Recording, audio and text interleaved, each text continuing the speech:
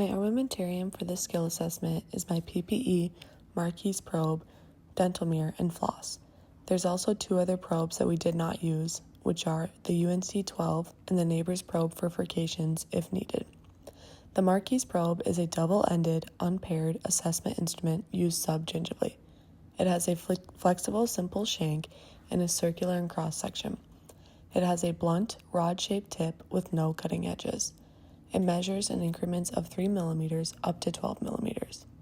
The functions of the probe include measures clinical attachment loss, recession, width of attachment, size of intraoral and extraoral lesions, bleeding areas, determines mucogingival relationships, monitors the longitudinal response of the periodontium. This means it's the progress of treatment received, as well as measures pocket depths. Clinical attachment loss has three parts: normal, recession, and overgrowth. Normal measures from the gingival margin to the base of the sulcus. Recession measures the CEJ, or the cemento-enamel junction, to the gingival margin first, and then from the gingival margin to the base of the sulcus second, and the two probe numbers are added together.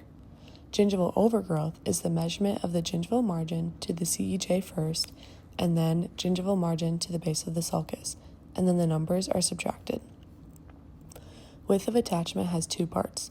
First is measuring the mucogingival junction to the gingival margin, and then insert the probe to measure from the gingival margin to base of the sulcus. When checking for mobility, we use the ends of two blunt instruments and place them on a tooth and move facially and lingually. There are three classes of mobility. Class 1 is less than 1 millimeter movement facially and lingually. Class 2 is greater than 1 millimeter movement but less than 2 millimeters facially and lingually. Class 3 is greater than 2 millimeter movement facially and lingually, as well as vertically depressed in the socket. When we check for furcations, we use the Neighbors probe. There are 4 furcation classes. Class 1 furcation is early beginning involvement when the probe tip is inserted less than a millimeter. Class 2 furcation is moderate involvement when the furcation can be probed but not through and through.